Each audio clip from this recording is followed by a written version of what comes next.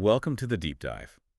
Today we're diving into something pretty interesting. We're looking at the parallels between how tractors changed farming, a century back, hmm and what's happening right now with AI in car service departments, fixed ops. Yeah, it's a fascinating comparison. Looking at these big tech shifts, even in totally different areas, can really shed some light on what we're going through today with AI. Exactly. So that's kind of our mission for this deep dive. Uh, Pull out the big lessons from that farming revolution, the really core changes, and see how they help us understand, maybe even navigate, this AI shift in fixed ops. right. We want listeners to feel, a bit more clued in and maybe less anxious about it all. Okay, so let's jump back. The early 1900s, tractors start showing up. What was the vibe? Were people excited? Not universally, no. There was definitely pushback. Our sources mentioned some pretty strong feelings, things like these machines are way too expensive, too complicated. Right, like it won't work on my farm, my soil's different, that kind of thing. Exactly that. And a big one was we're going to lose all this knowledge, this skill of working with horses. Yeah, that makes sense. I mean, that was generations of expertise, wasn't it? A real connection to the animals. Absolutely. It was a craft. And this, loud, clunky machine felt like a threat to that whole way of life, that identity. And the other big fear, which sounds really familiar, was jobs, right? This thing is going to put people out of work. Precisely. It'll put farm laborers out of work. It's striking how similar those worries are to what we hear today about AI in, say, service advisors or technicians. It really is. Fear of the unknown, questioning if the tech is really ready, worrying about skills becoming obsolete, job losses. It's like a historical pattern. Yeah, a recurring theme whenever disruptive tech comes along. Okay, so there were doubts. How did it actually play out? Did tractors just take over immediately? Not quite. That first decade, the 1920s, was pretty rough going, actually. Oh, really?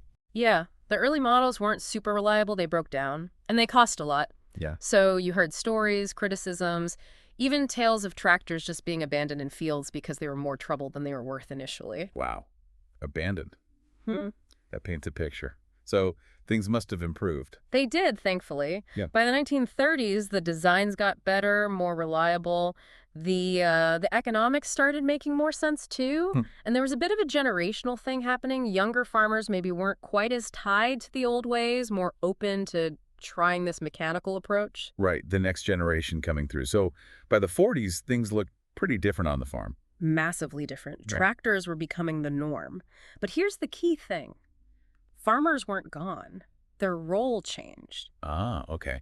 So how did it change? Well, people who were skilled with horses, they often learned mechanics, became tractor operators. Manual laborers started managing the equipment, maintaining it. So adapting their skills. Exactly. And the farmers themselves, they shifted away from purely physical work. They became more like business managers, overseeing bigger operations, thinking about agronomy, soil science, crop management, strategy. A whole different skill set needed. Yeah. And the payoff was significant. Huge. Productivity per farmer jumped by over 400%. 400%. Wow. It's enormous, and it really shows the core discovery. Mm. The technology didn't make humans obsolete. It shifted their value Huh. away from muscle power towards judgment, management, making smart decisions. Okay, that's a really clear picture of the farm revolution. Mhm. Let's pivot now to today, Mm. the fixed ops revolution, Yeah. as we're calling it, AI coming into service departments. Where are we on that timeline compared to tractors? I'd say we're definitely in that early phase. Similar mix of excitement from some, but also a good dose of skepticism. Okay. We're seeing the first wave of AI tools being implemented. And honestly, like those early tractors, they're not perfect yet. They're still learning, which naturally feeds some of the concerns people have. And those concerns sound familiar. Very familiar. You hear things like AI just can't get the nuance, vehicle diagnosis is complex, or customers need a human connection. They don't want to talk to a bot about their car. Right, that personal touch argument. Exactly. And then, echoing the horse handlers, we'll lose the deep knowledge of our experienced advisors. And of course, the big one. This is going to eliminate jobs. It's almost uncanny how similar the arguments are 100 years apart. But despite the worries, AI is starting to show up in fixed ops, isn't it? Oh, absolutely. We're seeing early signs of transformation. Take parts inventory management. Okay, traditionally very manual, right? Lots of guesswork. Yeah, parts managers spending ages trying to predict what they'll need. Now, AI can crunch the data, do a lot of that predictive heavy lifting. So what does the parts person do then? They focus. They build better relationships with suppliers, negotiate deals, handle the urgent, out-of-the-blue requests that AI can't predict. It's about leveraging human skills for the tricky stuff. That's a great example of that value shift. What about scheduling appointments? That always seems like a nightmare. It can be. Juggling technician time, bay availability, customer needs, repair times. It's complex. Uh-huh. AI is getting good at optimizing that puzzle, finding the best slots, balancing the load. So the service advisor, they can spend less time juggling the calendar and more time actually communicating clearly with the customer, managing expectations, speeding things up. Makes sense. Improving the customer experience and even diagnosing the car itself. Yeah, even there, AI can analyze vehicle data, compare it to huge databases of past repairs, and often pre-diagnose common faults. Re-diagnose. Yeah, suggest likely causes. It doesn't mean the technician isn't needed. It means they don't have to spend as much time on the routine diagnostic steps for common issues. They can jump quicker to the really complex, weird problems that need serious human expertise. So again, it's not eliminating the human, it's changing the focus, shifting the value. Exactly. That phrase you used, value migration, it's spot on. The value moves. From what to what? Specifically in fixed ops. Well, think about it. Routine data entry work. That value migrates towards building actual customer relationships, loyalty. Okay. Repetitive diagnostic procedures, migrates towards tackling really complex, challenging repairs. Right. Manual scheduling migrates towards designing a smoother, better overall customer experience. Basic parts forecasting migrates towards strategic inventory planning, managing the whole supply chain more effectively. It's a pattern. Yep. Moving from the repetitive to the relational, the strategic, the complex. Precisely. This is incredibly helpful framing. So based on everything we learned from the tractor revolution, what are the absolutely crucial lessons for fixed ops leaders trying to figure out this AI stuff? Okay, our sources really crystallize 5 big ones. Lesson 1. Yeah. The transition period is always the hardest. Right. Those abandoned tractors. Exactly. Early AI tools like early tractors will have glitches, limitations. They won't be perfect out of the box. Success isn't about expecting perfection immediately. It's about being willing to learn, adapt, tweak the process with the technology in your specific shop. Good point. Patience and iteration was number 2. Lesson 2. New skills always pop up alongside new tech. Tractors needed mechanics. AI.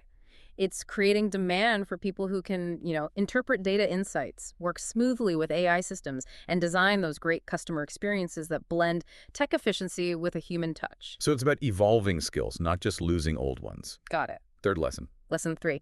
Human judgment actually becomes more valuable, not less. Okay, that feels counterintuitive to some people. It might seem that way. But think. Tractors did the heavy lifting, so the farmer's brain, their decisions about crops, markets, strategy became the key differentiator. Same in fixed ops. As AI handles routine stuff, the service manager's strategic thinking, their leadership, their ability to make nuanced calls, that becomes the competitive edge. So AI frees up humans to be more human, more strategic. I like that. Lesson 4. 4 is, adoption happens in waves, not like flipping a switch. Remember how different farms adopted tractors at different speeds? Yeah. Same with AI. Don't feel like you need to implement everything everywhere all at once. Be strategic. Find one area where AI could give a clear, measurable win. Start there, learn from it, then expand intelligently. Phased approach. Start small, prove the value, then scale. Makes sense. Okay, the final lesson, number 5. And this one's maybe the most important. The real winners don't just replace, they reimagine. Reimagine. Yeah. The farmers who truly succeeded didn't just put a tractor where a horse used to be. They rethought their entire farming operation around what the tractor made possible. For fixed ops, the biggest wins won't come from just automating the exact same processes you do now.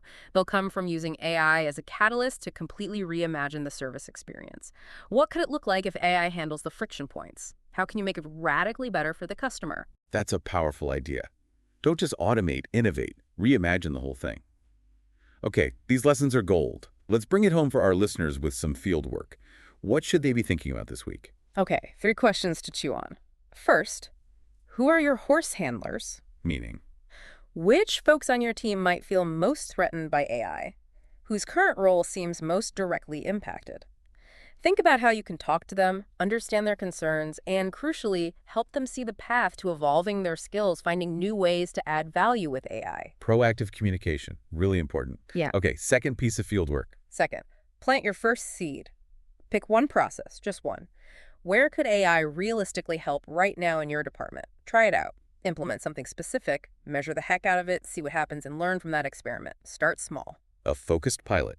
Good advice. Yeah. And number 3, Finally, cultivate new growth. Step back and think about the truly human parts of your service. Empathy, building trust, really listening to a customer's frustration and solving it. If AI starts handling more of the routine stuff, how can you deliberately amplify those human strengths? How can you double down on making the human experience exceptional? love that. Focus on what makes us human. These are great, actionable questions. And that Henry Ford quote you found from 1926 is perfect here. Yeah. The farmer who adopts improved machinery is not driving a man from employment, but is making it possible for a man to produce enough to feed himself and many others. It shifts the perspective, doesn't it? It really does. Technology as an enabler, not just a replacement. Okay, so wrapping this up, the big picture here is that these huge tech shifts, tractors then, AI now, they don't just erase jobs, they transform work. They change what skills are valuable. Exactly. We saw it with farming, moving from physical labor to management and strategy. We're seeing it now in fixed ops, moving from routine tasks towards complex problem solving, customer relationships, strategic planning. The parallels are just so clear and honestly quite helpful for navigating what's coming. Absolutely. So the final thought we want to leave everyone with this week is this. As AI inevitably takes on more of the predictable, repeatable tasks in your service department, where does the real competitive advantage lie?